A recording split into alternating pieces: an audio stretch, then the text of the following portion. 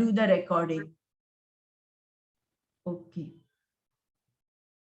So now we are on chapter 6, Ashtanga Yoga.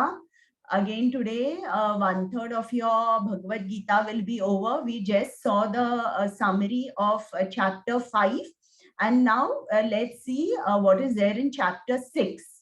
So we are going to discuss 5 topics advancing in Ashtanga Yoga.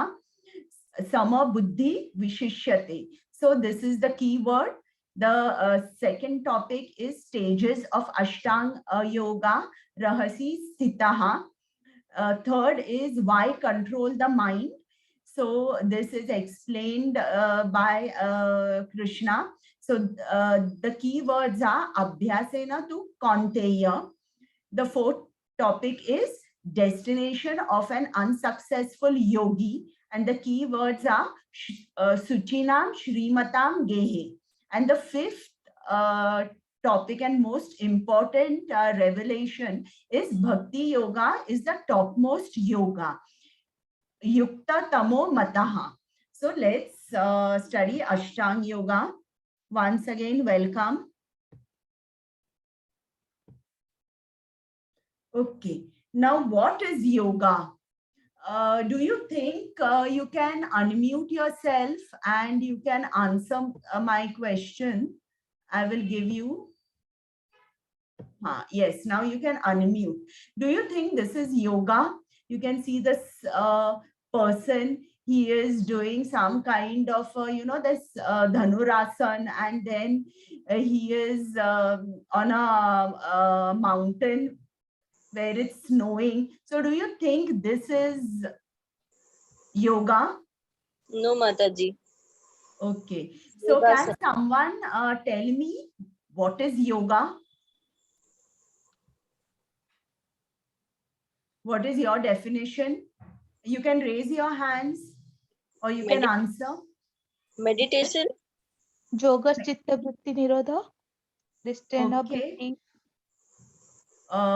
Anyone else? Meditation. Okay. Okay, I'll answer now. First, let's see what kind of yogas are there over here. Okay, see, these postures which you are seeing, we call them as yoga because now, it's a fad. Yoga term is used very broadly. And this kind of yoga is only a kind of physical exercise. You can see this kind of a person who has buried his head under the ground and he's trying to control the breath. And you can see him how he is doing Shirsasan with his head under the ground. Now again, this is yoga, which they say this is known as beer yoga. So this is the way how the word yoga is misused.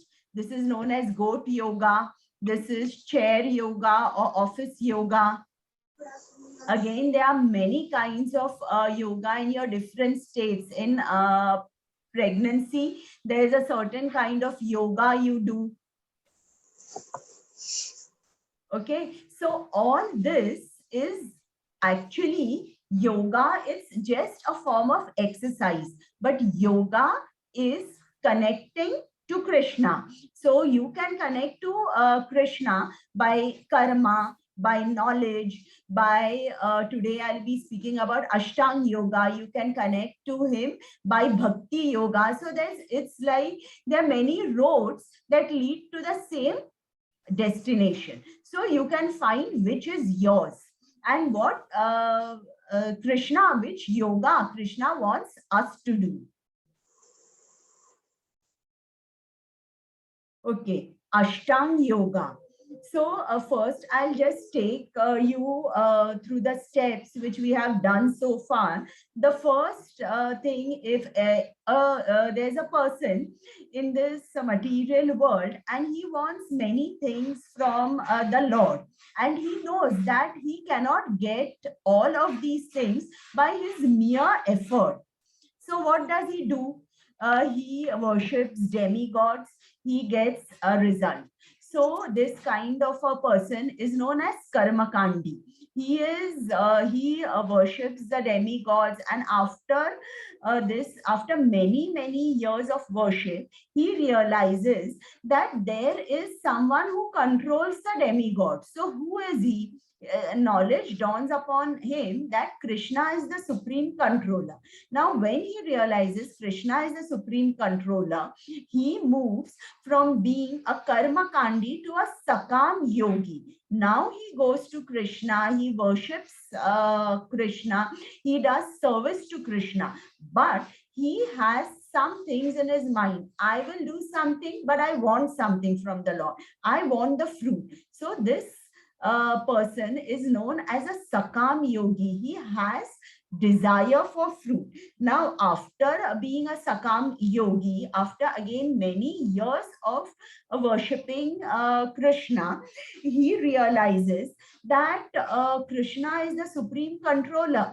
Knowledge dawns upon him that I should not ask anything. I'm not interested in the fruit. Let Krishna give me whatever he wants, but I will give my service to him wholeheartedly. So this is known as Nishkam Karma Yoga. So Nishkam Karma Yogi comes to an understanding that I am not this body, I am a soul, but still the understanding is of a very inferior level, and he needs still to do some purification of his mind. So now how will he do this purification further? And the same thing, if you read the Shastras, Srimad Bhagavatam, you will see there's a story of Bharat Maharaj in the fifth canto, where he was ruling his kingdom, and at a certain stage he told his wife, his children, and all his subjects that now I want to retire because I want to worship Krishna. Because of my day-to-day affairs, looking after my subjects and ruling, I don't get time to worship Krishna, I don't get time to chant, to meditate, so I will go to the forest. So this is what he was doing is Ashtanga Yoga. They go to the forest, they observe certain vows, they are very strict about the food they eat, and they follow a certain procedure. So now Krishna is telling us that after Nishkam Karma Yoga, the next step is Ashtanga Yoga. So what is Ashtanga Yoga? Ashtang means, Ashta means 8, and Anga means limb. So it is a yoga which has 8 limbs. Now let us understand which are these limbs, and through these limbs, through Ashtang Yoga, how is the connection established with Krishna? Okay, the first one is yam. So yam means it's an external discipline, and in Ashtanga Yoga, yam means you live alone and control the mind. Now live alone means always alone and always control the mind. It's not that you live alone, you take your laptop, your mobile, no, nothing. You have to live alone and you don't come back home. So just like supposing all the parents, they want their children to be very well educated. So keeping that in mind, they enroll their son or daughter in a school. Now it's just like you are following a discipline. Get up early in the morning at 7 o'clock, 8 to 2 o'clock is the school. You attend the school, you come back. So you go to school in a uniform, and you can eat only in the lunch break. So similarly, Yama, which is the external discipline, has got many about 10 things which we have to follow. I'll just tell you some of them. It is Asteya, Brahmachari, means you have to always speak the truth, ahimsa. So ahimsa, satya, asteya, brahmachari. So these are some of the steps that there are at least 10. So you have to follow these disciplines. It's not that I'll follow one discipline and I won't follow the other. You can't hoard. Whatever food you get every day, you eat. There is no hoarding. You can't say I will follow one rule, not follow the other rule. Okay, after this, the next step is niyam. Niyam means internal discipline. What is internal discipline? You have to be temperate in your habits of eating and sleeping. So it's not that I'm living alone and today I'm feeling very sleepy. So today I'll sleep the whole day, or today I'll relax the whole day. No. So niyam is internal discipline. So in niyam, you have to be very strict and you have to control your senses by being moderate in everything. The next step is asana. So there is a certain way where in the way you sit and meditate, you have to sit on a asana made of kusha grass, and on top of the kusha grass you should place a deer skin, and then you sit on this particular asana. And when you sit, it's not you can sit anyhow. You have to sit with your either in, you have to sit in Padmasana. You have to be, when you sit in Padmasana, the posture is such that your spine remains erect. Your spine must be erect. Your neck should be erect. Your eyes should neither be fully open nor closed. They should be half open. So you look at the tip of your nose. They should be half open because you are, if you keep them wide open, you will see the beautiful surroundings in the forest and may get attracted. And if you keep your eyes fully closed, you may fall off to sleep. So that is the reason they should be half closed. And then you sit erect, and you this particular in asana, your state of mind should be such that you should be free from fear and free from sex life, and you must meditate upon Krishna. Now the next step is pranayam. Pranayam means control of breath. Control of breath in such a way that your incoming breath becomes the outgoing breath, and your outgoing breath becomes the incoming breath. So it is a reversal of breath, and this reversal of breath leads to a very tranquil state of mind. If you have seen many of the yoga teachers, so-called yoga teachers, they directly start at this, pranayam. These steps are not at all followed directly, and they say that this is for the welfare of humanity, and they build so many centers across the world. But without observing all this, you can never gain control over your breath. So Ashtanga Yoga is essentially after Nishkam Karma Yoga, and they say that pranayam is the best. It gives good results, but it is only for the body and maybe little bit for the mind, but it will not connect you to Krishna in any way. If you have to do all these 8 steps and in that particular order, just like a child going to school goes through lower KG, and then he goes to first, second, third, 10, then to college, then there is higher education, and then he gets a degree. He can't suddenly say, okay, I won't go to school directly, I'll go to college. No, that won't happen.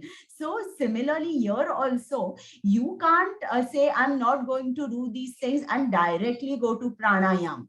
Okay, so then after pranayam comes pratyahar. What is pratyahar? Here your senses are completely withdrawn. This you can see in Dhruva Maharaj. Dhruva Maharaj went to the forest to do Ashtang Yoga. He was insulted by his father, and he was first a Sakam Yogi, and then slowly he became a Ashtang Yogi. So he concentrated upon the Lord.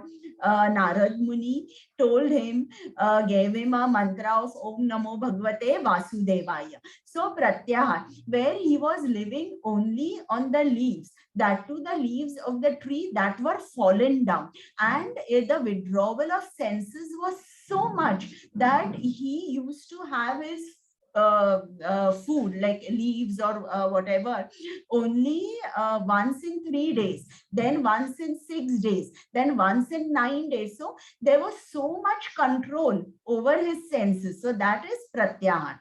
After Pratyahar is Dharana, or concentration of the mind. The total focus is only on Krishna. So the focus is so much, like almost all your senses are not open to what all is going around you.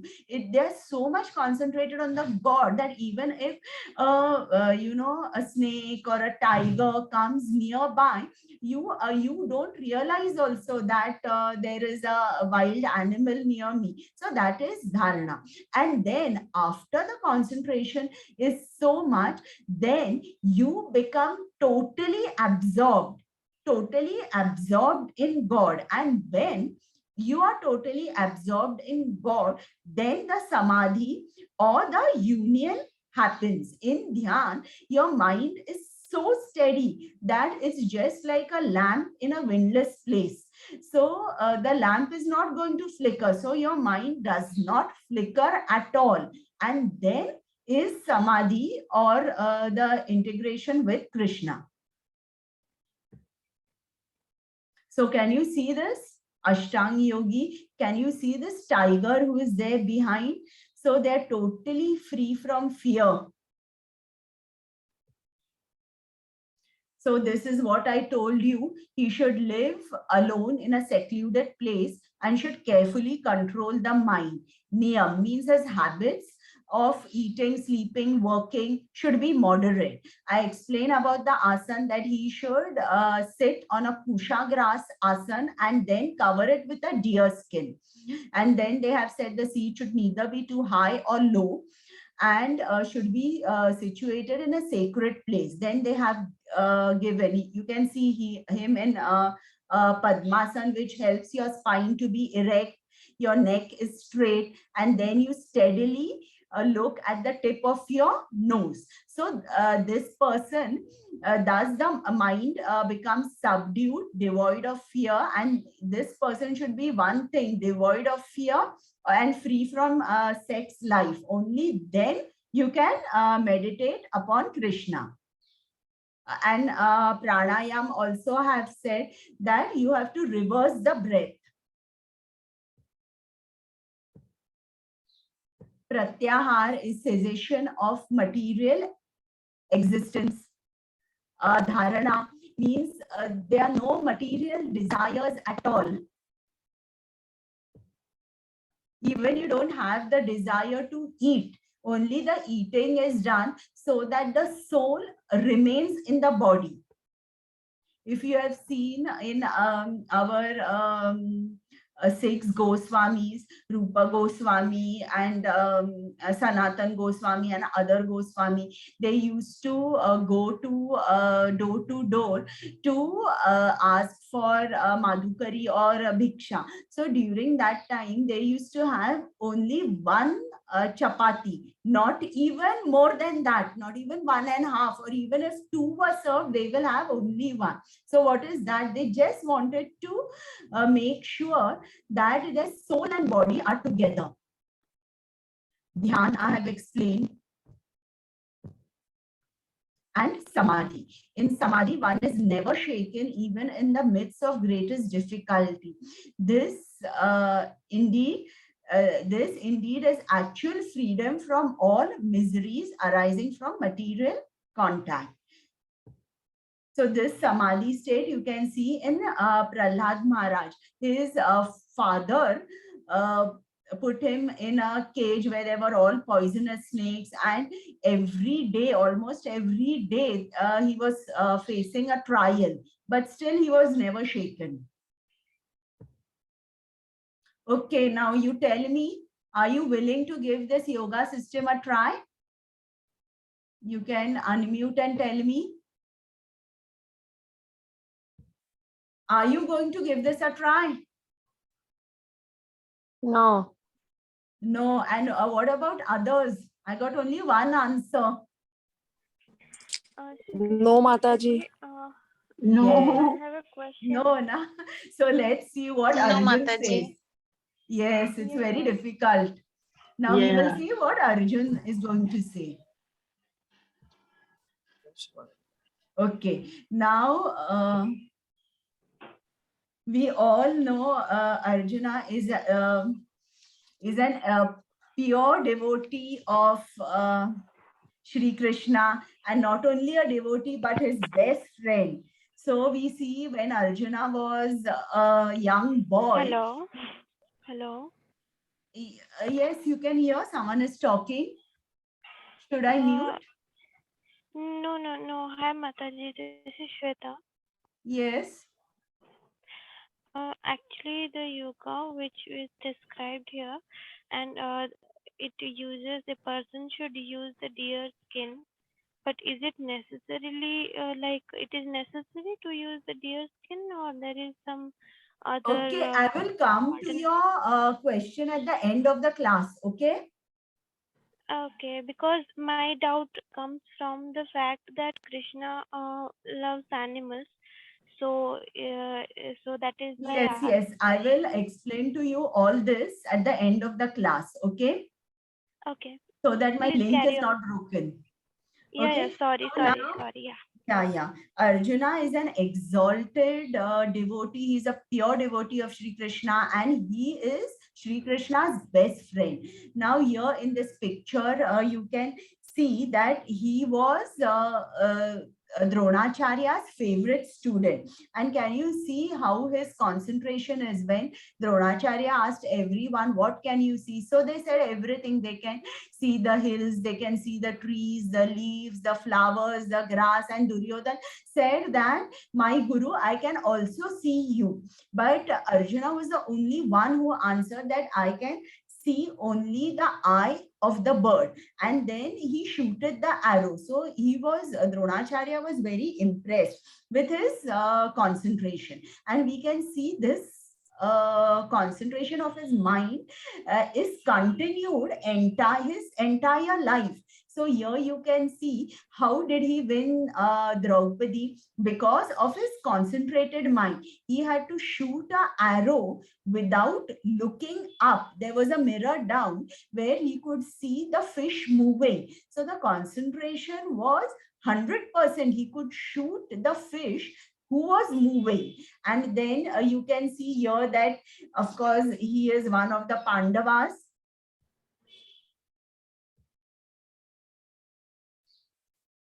And who was Arjun in his previous birth? He was Nara with Narayan. So he was so exalted, very pure devotee, very concentrated in whatever he did. And if you can see in the first chapter, Mataji must have explained that he was holding his Gandiva bow. So that bow was given to him by Lord Shiva, because there's a story that one day Arjuna went hunting and Lord Shiva wanted to test him, and he killed a pig. And at the same time, it happened that Shiva also killed the pig with his bow and arrow. And then both started fighting. Shiva was in the form of a bhil, a tribal person. So both started fighting that this particular animal is mine, it is not yours. And there was a fight, and Shiva could not defeat Arjun. And he was so pleased seeing Arjun's bravery that he showed his true form as Lord Shiva and gave him the Gandiva bow. So that was Arjuna's level of concentration, and he was very exalted. So now let's see, after speaking so much, what Arjuna is saying about Ashtanga Yoga. So Arjuna is saying, Chanchalam hi mana Krishna pramati balavadrudam tasyaham nigraham manye vayor eva sudushkaram.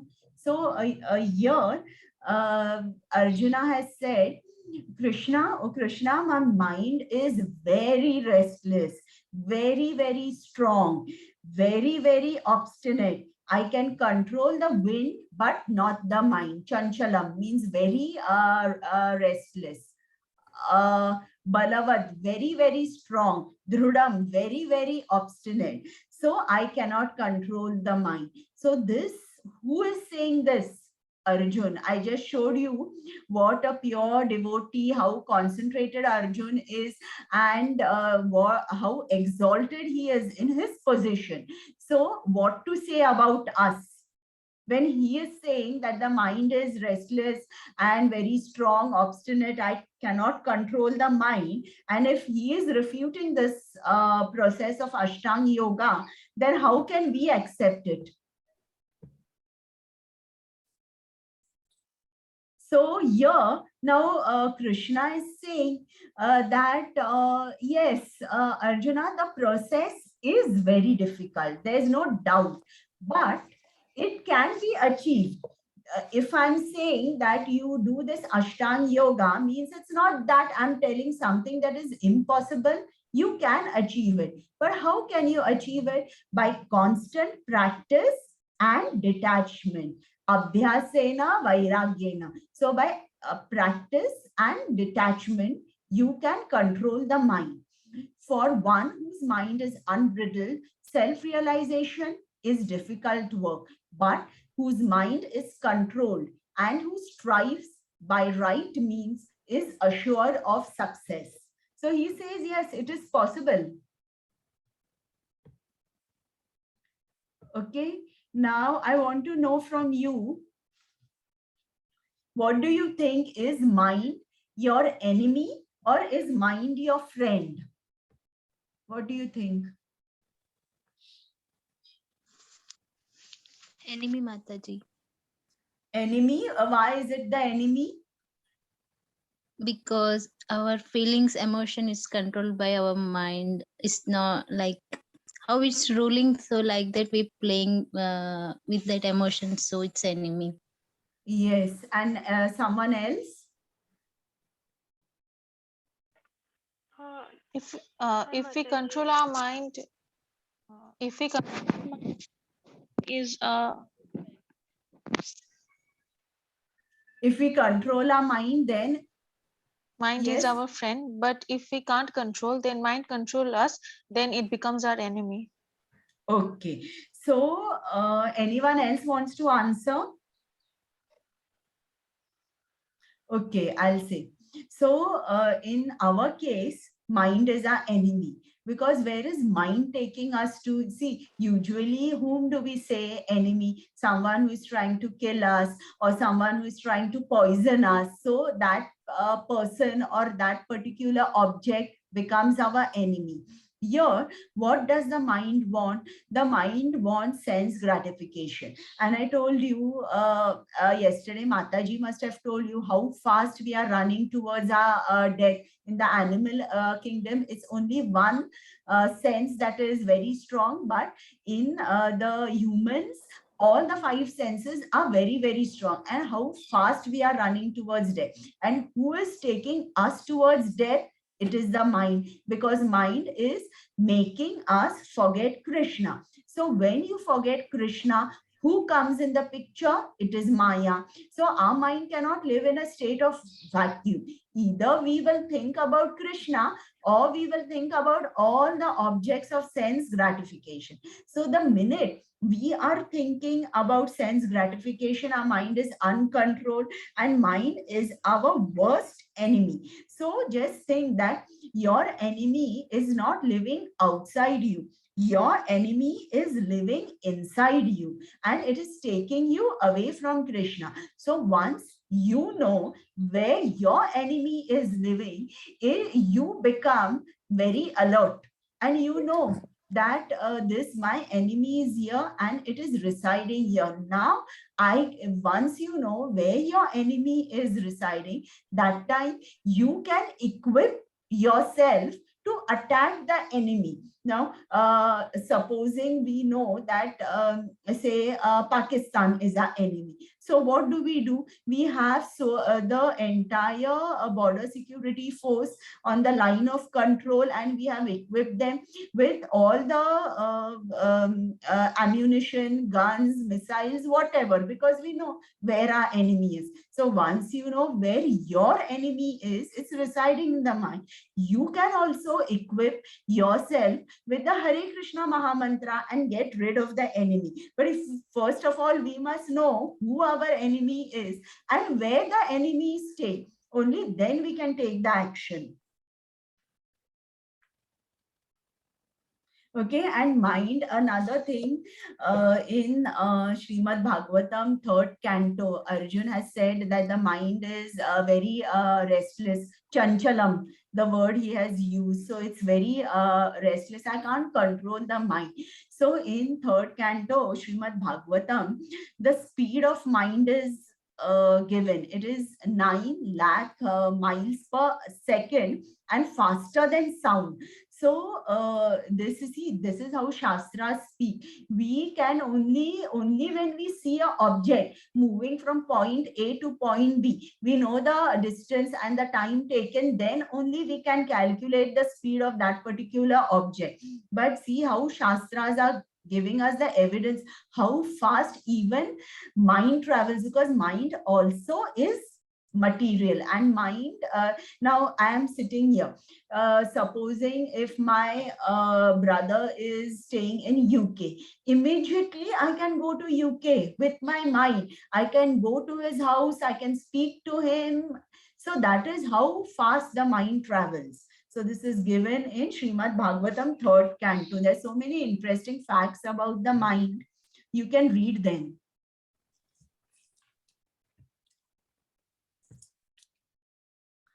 For him who has conquered the mind is the best of friends. But for one who has failed to do so, the very mind will be the great enemy. Enemy means one, the mind is going to put us into that cycle of birth and death, and we can never come out of this cycle.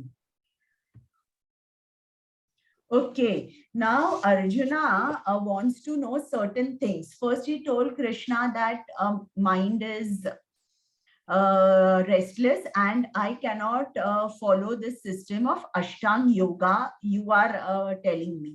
Then after that, Krishna has said, Arjuna, yes, it is difficult, but it is not impossible. By practice and detachment, you can do Ashtanga Yoga. So now Arjuna is feeling discouraged. Why Krishna is speaking like that? For me, this is impossible. But Krishna is saying, yes, it is possible. So now he asks a question that supposing if a person does Ashtanga Yoga and he's unsuccessful, he's trying to do Ashtanga Yoga, but in between he falls prey to some material desires, or he is really making a good effort, but maybe his health gives way and he dies. So then what happens to such a person who is unsuccessful in completing the Ashtanga Yoga? So here Krishna answers in the verse 6.41 and 6.42. In 6.41, he says, after many years of enjoyment on the planets of pious living entities, the person is born into a family of righteous people or into a family of rich aristocracy. So here, can you see how much Krishna is merciful and how much he loves all of us. He says even there are marks or there is credit given just for trying. So a person maybe is trying, is doing Ashtanga yoga, and he may be a mind, there is little impurity in the mind, and he falls prey to material desires. Material desires means I want to enjoy my senses. So Krishna knows, because living in the heart as the Paramatma, he is watching our each and every thought. So he says, okay, this person has tried, he is coming towards me, but he fell prey to some material desire. So that person will go to the upper planetary systems, the Swargaloka, and there he will enjoy with, he will stay there for thousands of years, and he will really enjoy. There's lots of happiness, lots of wealth, and the Swargaloka description is also given in Srimad Bhagavatam. And after his credit is finished, then he will be born on the earth in a family of righteous people, means pious people, or a family of rich aristocracy. Means when he is born in a rich family, you don't have to look for, food, clothing and shelter. That is automatically taken care of in a rich family, and that being taken care of, you can take to Krishna consciousness very rapidly. You don't have to think about the incoming money or the outgoing expenses. Everything is in place. So whenever you see some people, born with a silver spoon, you just remember this verse, that they were unsuccessful yogis in their past lives. And he says that someone has really tried very, very hard, hasn't fallen prey to any material desires, and really is very good, and has done many, many years of Ashtanga yoga. You can say maybe he's done 70%, 80%. So what happens to him? He takes birth in a family of transcendentalists who are surely great in wisdom. Verily, such a birth is rare in this world. This means you take birth in a Vaishnava family. So in a Vaishnava family, you are hearing the japa, the sankirtan. Every day since your birth, you are eating prasadam. You are hearing to all the Vedic literature, to Chaitanya Charitamrut, Srimad Bhagavatam, and you are always engaging with all devotees of the Lord. So, but this birth is very rare, it has been said. Okay, so now in this slide, you can see Narad Muni. So Narad Muni in his previous life was a son of a maid, and he didn't even know who his father was. So this pastime comes in Srimad Bhagavatam first canto, and Narad Muni was the only son of his mother, and he was about 5 years old when what happened, once there were devotees who were traveling from one place to another place, and the rainy season started. 4 months of rainy season, we call them Chaturmas. So during these 4 months, these devotees, they stay at one place. So it so happened that they stayed in Narada's house, and when they stayed in Narada's house, Narada helped them a lot. His mother would clean the house, Narad Muni would help her, and he would serve food, serve milk, fruits to all the devotees, and they were all pure devotees. They would get up early in the morning, they would do the chanting, they would read the Bhagavatam, they would again do Sankirtan in the evening, and they would discuss and speak about the glories of Krishna. So Narad Muni would sit from the morning till the time they would speak, they would do the Sankirtan, they would read, he was away. And after they went to sleep, only then he would go to sleep. So he had one very big qualification, that he was a very quiet boy, and like other boys, he did not like to go out and play. So he just sat there with them day after day, month after month, and listened to what all they spoke.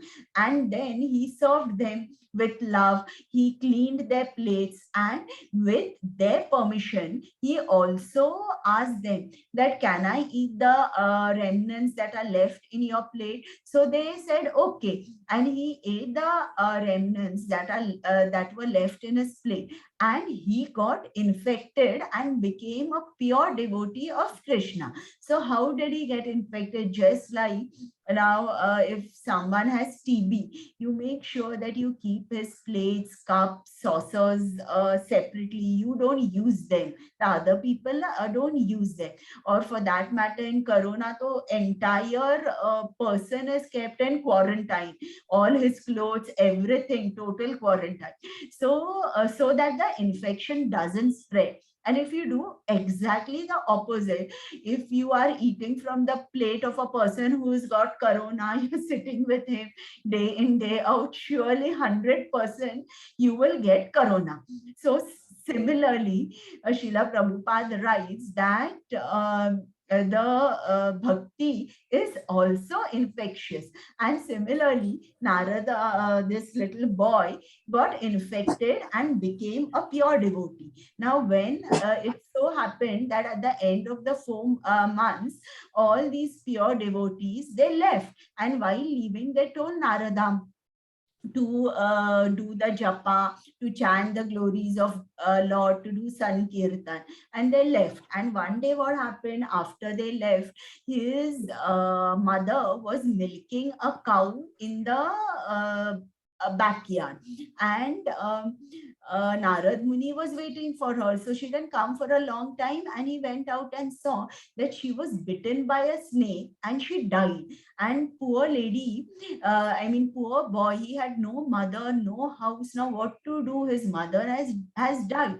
So this little boy left the house, and he traveled through many cities, valleys, and forest. Very beautiful description is given in Srimad Bhagavatam. And later he came near a bank of a river, and under the tree he sat there meditating.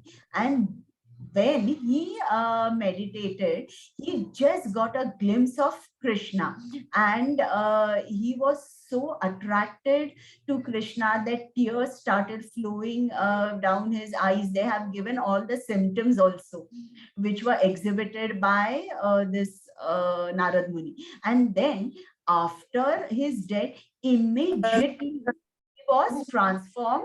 He transformed to Narad Muni. Last in reincarnated.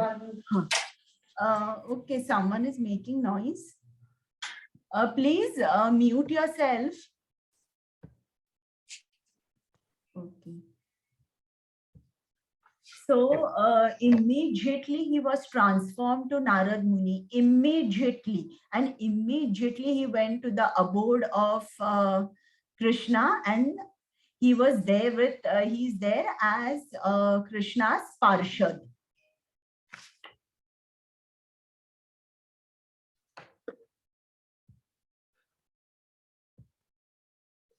Okay, so now here we learned about many yogas. Karma yoga, you learn Jnana yoga, Ashtanga yoga. Now Bhakti yoga also a little bit has been described in the 2nd chapter. So now which of this is the best yoga? So generally we have to start, or we start with Karma yoga. After a little bit of purification by doing working selflessly for Krishna, knowledge dawns upon us. When the knowledge dawns upon us. We can't say, okay, I have knowledge and I know who Krishna is. No, there must be some activity. Krishna needs service, so there must be some activity. So what is that activity? It's Ashtanga Yoga. You sit erect, you close your eyes, only half close, you do pranayama, you be concentrated. So that is Ashtanga Yoga. And after doing Ashtanga Yoga, the yogi realizes that I am the eternal servitor of the Supreme Lord. And when he realizes I am the eternal servitor of the Supreme Lord, that time he takes to Bhakti Yoga. So Bhakti Yoga is the last step. So here we can see this a ladder which is going up. So supposing if there is a skyscraper and if there are 50 floors in the skyscraper, and if you want to climb the skies, if you want to, there are two ways of reaching the topmost floor. One is you use the stairs and other is you use the lift. So going by stairs is like doing first Karma Yoga, Jnana Yoga, Ashtanga Yoga, and you reach the top, Bhakti Yoga. But there's another way. You can use the elevator and reach to the topmost floor in just 4-5 minutes, so or less. So this is Bhakti Yoga. Srila Prabhupada has said that you can directly take to Bhakti Yoga. It's like using an elevator. So this is the verse where after listening to Ashtanga Yoga, last Krishna says, and of all yogis, he who abides in me with great faith, worshipping me in transcendental loving service, is most intimately united with me in yoga and is the highest of all. Now Arjuna is relieved that Krishna is saying, of all yogis, he who abides in me with great faith, worshipping me in transcendental loving service, is most intimately united with me in yoga. Now here there is a word, intimately united with me. So intimately united with me does not mean merging, okay? So we never merge with Krishna. We never lose our identity. So what is this merging? Now to just give you a material example. Now a mother has 10 children.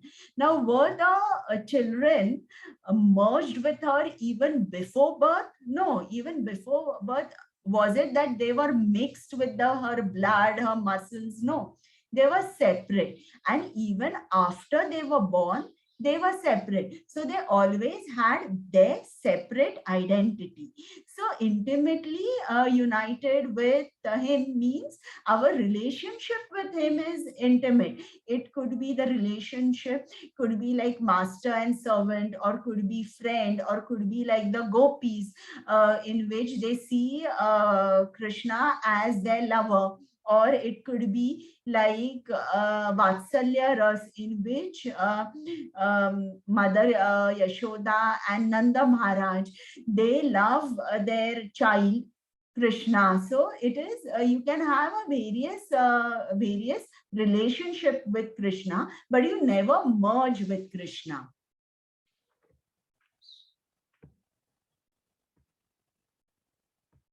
So let's understand what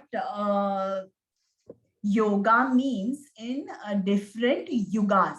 So there were different practices of yoga in different yugas.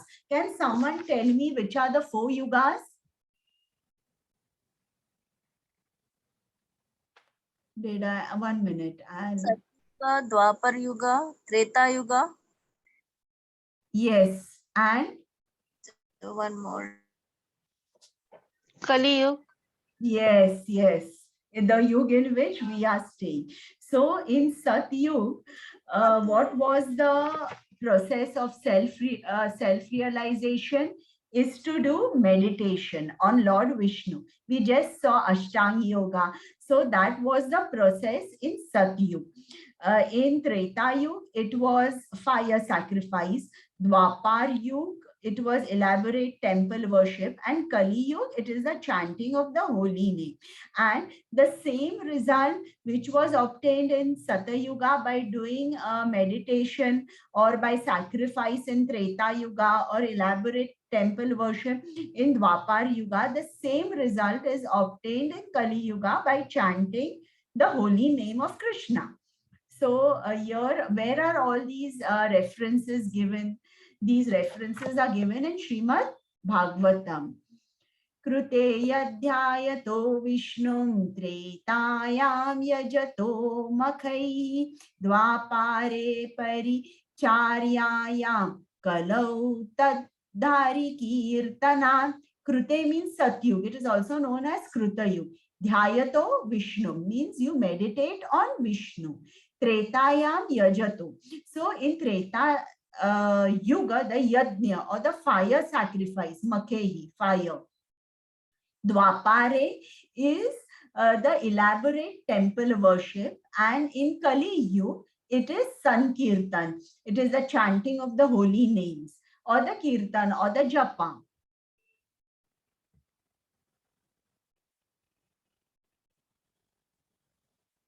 So in Satyug, it is meditation, and we can't do this Ashtang Yoga in Kali Yuga, because in Satyug, people's lifespan was 1 lakh years. They lived 1 lakh years, but here we barely live for 100 years. So we cannot complete this process, and it is not even recommended. So we must always follow the recommendation. Just like if you are not well, you go to a doctor, the doctor is going to prescribe some medicine and some diet for you, maybe exercise also, and you follow it. But if you don't follow, you are not going to recover, or it may take a long time. Treta Yuga is you do these fire sacrifices. This too is not possible in today's Kali Yuga, because we don't have pure Brahmins. Okay, we need Brahmins to chant the mantras. Dwapar Yuga, elaborate temple worship. We don't have so much money and so much time to go to the temple and do the elaborate temple worship and spend money. So in Kali Yuga, chanting of the holy name is recommended. So I told you Bhakti Yoga is the topmost yoga. The choice is yours. Which yoga you want to do? Do you want to take the staircase, do Karma Yoga, Jnana Yoga, Ashtanga Yoga, and then Bhakti Yoga, or do you want to take the elevator? So now these are the various references which you see. So here it has been said, anyone wants to read this? You can raise your hand in English. 1 minute. No one?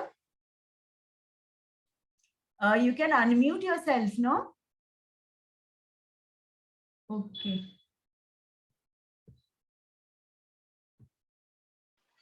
Okay, I will read. Okay, please go ahead, Prabhuji. Vijayam Prabhuji, please read the English translation. In the age of Kali, intelligent persons perform congregational chanting to the worship the incarnation of Godhead, who constantly signs the names of Krishna. Although his complexion is not blackish, he is Krishna himself. He is accompanied by his associate, servants, weapons, and confidential companions. Okay, so Krishna Varnam Tvisha Krishnam Sango Pangastra Parshadam Yadnehi Sankirtana Prayir Yajanti Sumedhasaha. Sumedhasa means very intelligent person. They engage in Sankirtana. So in this age of Kali, it said intelligent means Sumedhasaha. They perform congregational chanting to worship Krishna. So this reference comes in Srimad Bhagavatam, Canto 11, 0.5.32. Okay, now what is mantra? It is composed of two words, man and tra. So man is mind and tra Delivers. means delivers. So where does the mind deliver you?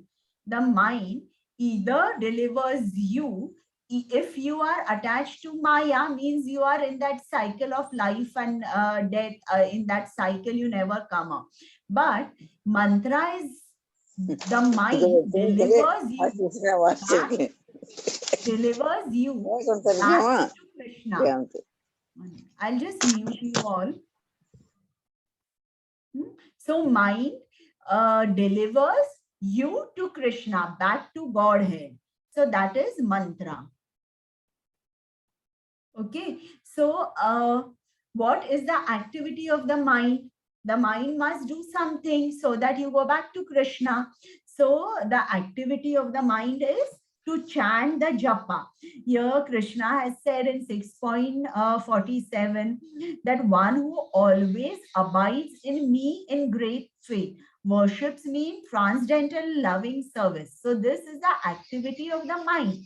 Mind will direct the senses that you work for Krishna. But when will mind direct? When you take the japamala in your hand, the beads in your hand, you do the chanting. Slowly, slowly, your mind will taste the name. See, I'm saying the taste. It is sweet, and if you chant it without any offenses, you will taste the sweetness of the name. And once the mind tastes the sweetness, it doesn't want to run after any material objects. So this is the Sankirtan. If you sit alone and if you're chanting the chanting the names, it is known as japa. And together, if you're singing, you're using musical instruments, you can see a mridanga, you can see kartal, then it becomes Sankirtan. Okay, now there's still some more references in Narayan Samhita. Dvapariyayir Vishnu Pancaratraistu Kevalai Kalau tu nama matrena Pujyate Bhagwan Harihi. In the age of Kali, people should simply chant the holy name of the Supreme Personality of Godhead. Now, where is this mantra particularly given? Hare Krishna, Krishna Krishna, Hare Hare, Hare Ram, Ram Ram, Hare Hare. This is given in the Kali Santarana Upanishad from Krishna Yajurved. So there is a mention of this mantra. Hare Krishna, Krishna Krishna, Hare Hare, Hare Ram, Ram Ram, Hare Hare. Iti Shodakasham Nam Kali Kalmanashanam Nataha Parataro Sarva Vedeshu Drishyate. So iti Shodashakam means the 16 lettered mantras. If you count Hare Krishna, so you find that it is made up of 16 letters. So these 16 or 16 words. So this mantra is from Kali Santarana Upanishad. After searching through all Vedic literature, one cannot find a method of religion more sublime for this age than chanting of Hare Krishna. Hare Nam, Namaiva Kevalam, Kalau Nasti Eva Gatir Anyatha. In this age of quarrel and hypocrisy, the only means of deliverance is chanting of the holy names of Lord. There is no other way, there is no other way, there is no other way. See how many times our Shastras have also said, there is no other way, there is no other way, there is no other way. It's like they're screaming and tell you, don't go anywhere else. This is the only way. But here you go out in the in this world, you see so many, books and so many other things. They are attracting. We will the best way to realize the self is through breath, through pranayam, and there will be so many other fancy things. But Shastras are screaming and telling us there is no other way.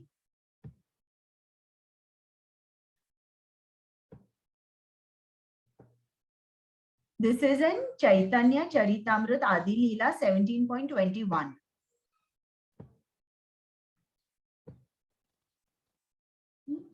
Kalair dosha nidhe rajan asti hi eko mahan gunaha kirtanat eva krishnasya mukta sangha param vraje. My dear king, although Kali Yuga is full of faults, there is still one good quality about this age. It is that simply by chanting the Hare Krishna Mahamantra, one can become free from the material bondage and be promoted to the transcendental kingdom.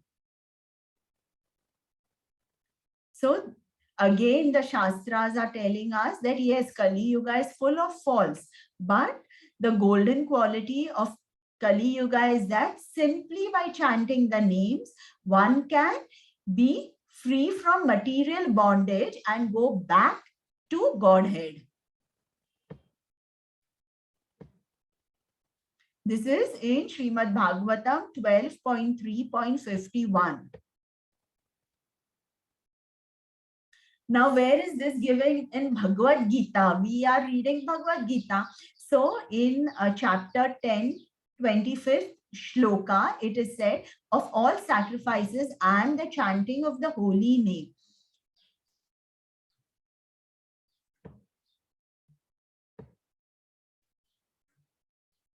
Namnam akari bahuda nija sarva shaktis tatrar pita niyamita smarne na kalaha itadrishi tava krupa bhagwan mamapi durdaivam idarsham iha jani nanu graha. Let's see now, what is this? Okay, anyone wants to read this? You can raise your hand. Have I muted you all? Okay, you can unmute now. Priyadarshini Mataji. Yes, Mataji.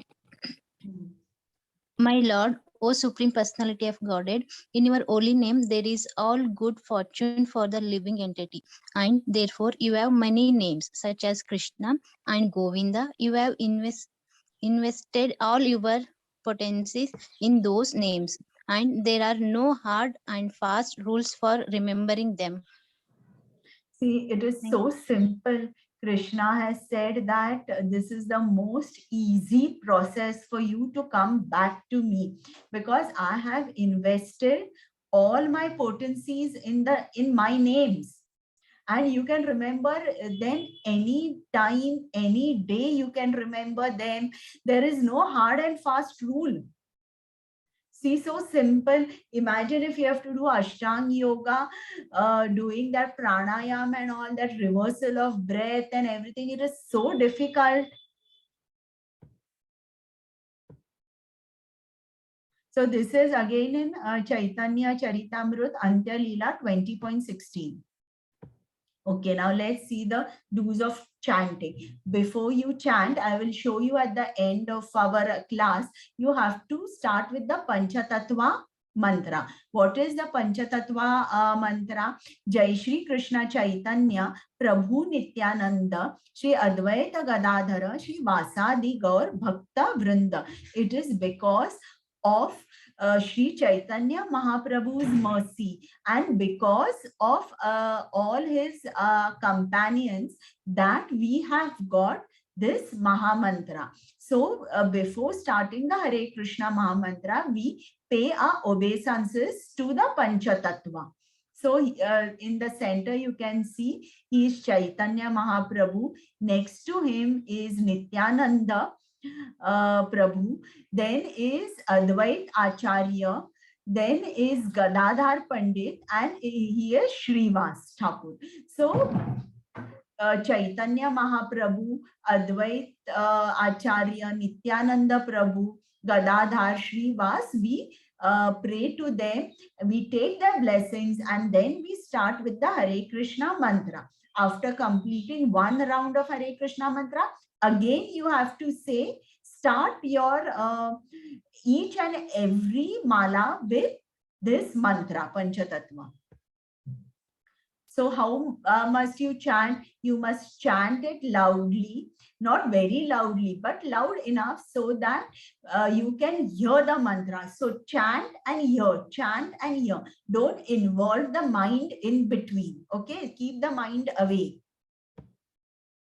Pronounce each name distinctly. It's not like you must say Hare Krishna, Krishna Krishna, Hare Hare, Hare Ram, Ram Ram, Hare Hare.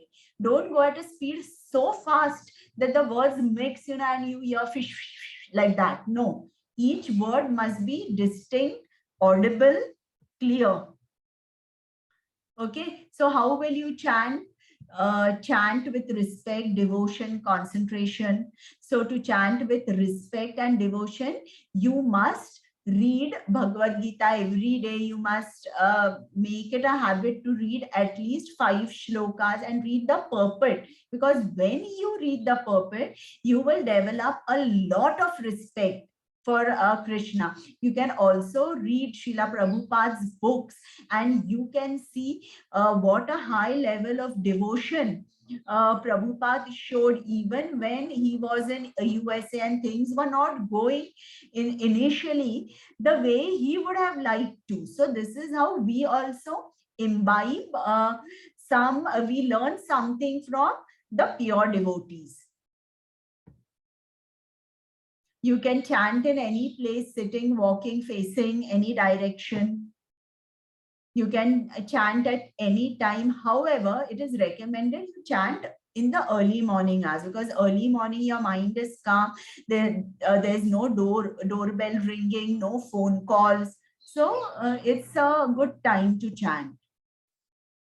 You can chant either before or after taking bath, but generally when you take bath, you're fresh. Your mind is also fresh and you don't feel sleepy.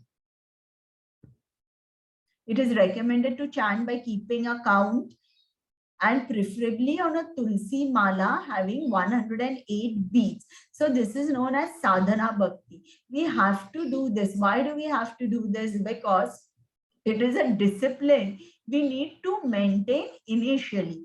Once you become a pure devotee of Krishna, then there is no need for the Japamala, because your tongue will chant all the time.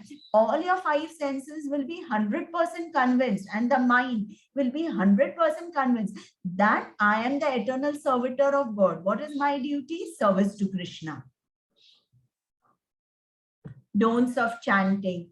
One should not chant only a portion of Mahamantra. For example, now I'll just show you my mala.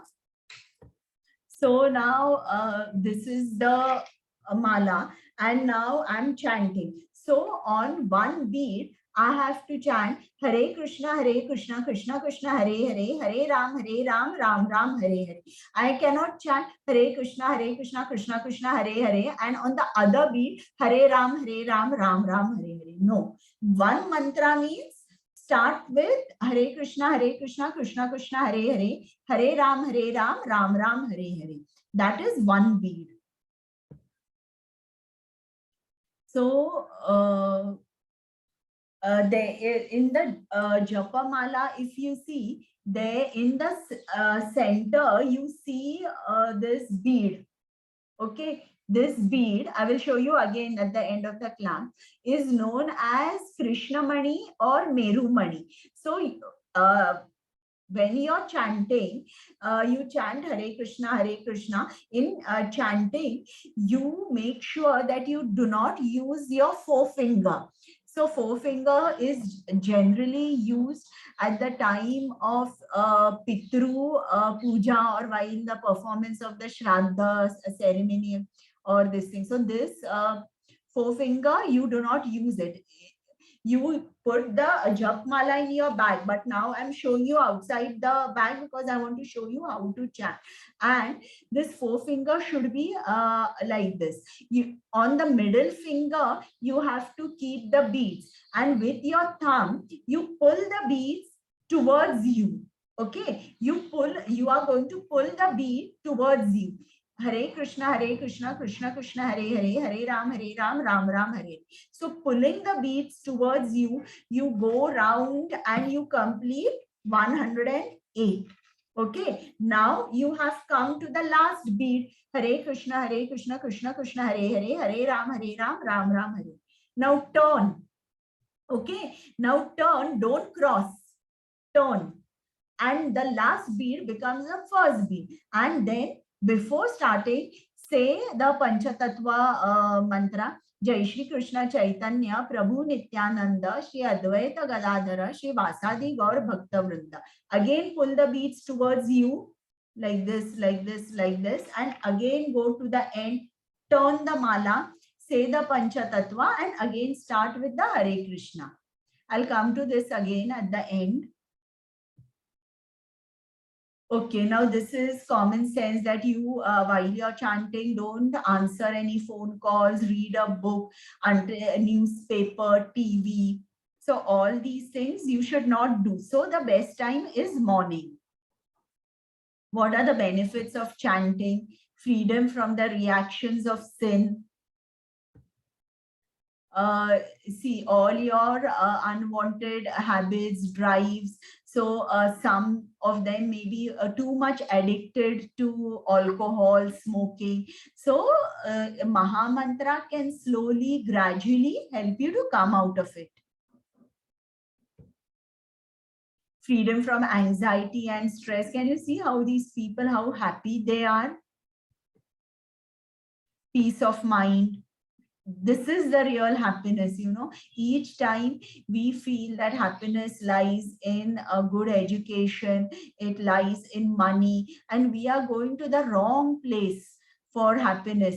Just like you see if you're very thirsty, you see a vast ocean in front of you, and there's a small well nearby. You cannot go to the ocean and quench your thirst. You have to go to the well, though there is little water over there. Just like that, in this material world, we seem to think that there's happiness.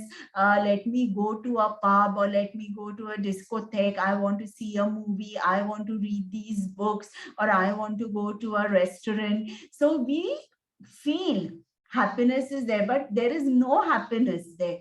Happiness is in going to Krishna, serving Krishna, chanting his name. And to experience this, you yourself have to do the experiment. Begin chanting. See the difference. You write in a notebook how you were few months back and what difference you are seeing after 6 months in yourself.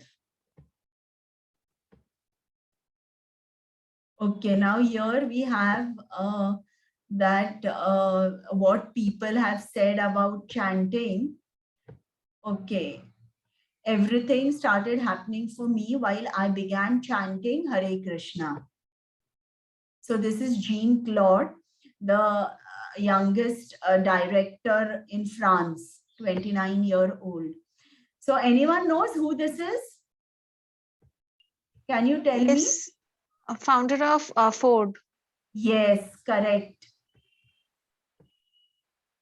Chanting Hare Krishna has made a tremendous impact in my life. So Albert Ford, the owner of Ford Motors. So this is our industrialist, N.B. Desai.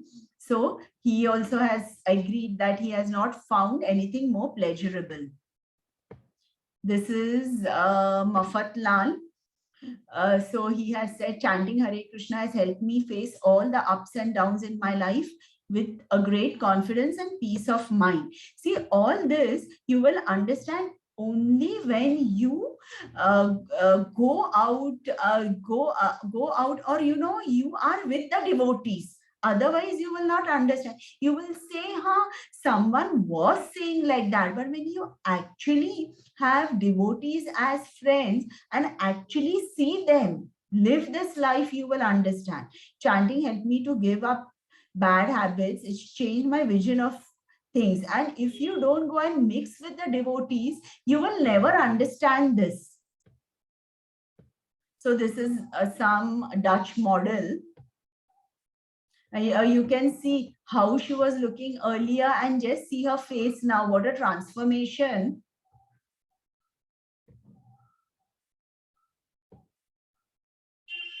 By starting to chant Hare Krishna, I feel tremendous happiness. So this is again a European model. You can see the face after when she took to Krishna consciousness and earlier.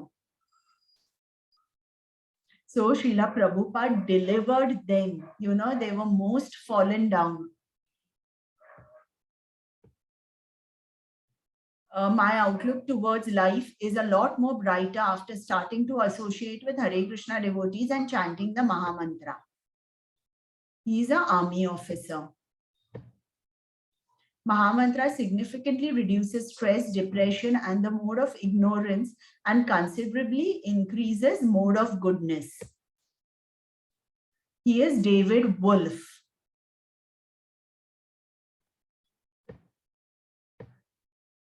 When I'm nervous, I find chanting very calming. I don't get shaken up at little things. Mrs. Sally Raligay. So, you know what Srila Prabhupada has told us? Very simple. Sometimes we also feel our mind is very restless. It's very agitated. So what do? So Srila Prabhupada said, go to ISKCON temple, sit there, look at the deities. And the deities are so nicely dressed. You can just sit, just look and keep on admiring them. So he said at a time when there were no mobile phones, no Google, but today we have Google. You can just download the images of Krishna. Sometimes it happens, you feel sad, your mind is disturbed. So just keep on looking at the Archa Vigraha of Radha Krishna, and immediately you will find there's a shift in the mind. You feel little less disturbed, you feel little calm. Then go out, go and meet some of your devotee friend, or go to the temple, do japa. Sometimes you may be very disturbed, you may not be able to do the japa on your own, but don't miss it. Go to the temple, try and do Sankirtan, or you can download a bhajan, Vaishnava bhajan, you can listen to it and just see the difference. Chanting Hare Krishna and reading authorized books. So this is very important. What you hear should be in a parampara and should be from a pure devotee. So chanting Hare Krishna and reading authorized book on Krishna consciousness has brought me great peace. So chant and be happy. So what did we see today? How can you advance in Ashtanga Yoga? Sama Buddhir Vishishyate. The stages of Ashtanga Yoga, we saw all that Yam, Niyam, Asan, Pranayam, and then the last stage is Samadhi. Rahashi Sitaha. Then why should you control the mind? It is difficult. Arjuna was not agreeing with this. He said, he gave up. He said, I cannot control the mind. It is very restless, stubborn, obstinate. So Krishna says it is possible by practice and by detachment. Abhyasena tu Kaunteya. What is the destination of an unsuccessful yogi? So this is Arjuna's question, and Krishna answers that there is no loss in this process. You will either enjoy the heavenly planets, or you will be born in a very rich family, and or you could be even born in a Vaishnava family. However, that is very rare. Then Krishna tells Arjuna that amongst all the yogis, the one who resides in me, the one who always is intimately united with me, who abides in me with great faith and worships me in transcendental loving service. So he is the topmost yogi. So he has said that Bhakti Yoga is the topmost yoga. Yukta Tamo Mataha. So now I will take your questions.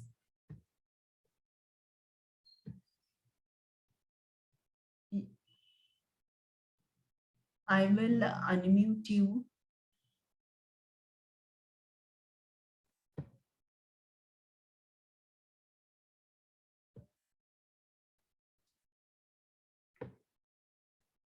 Yes, you can now ask me your questions.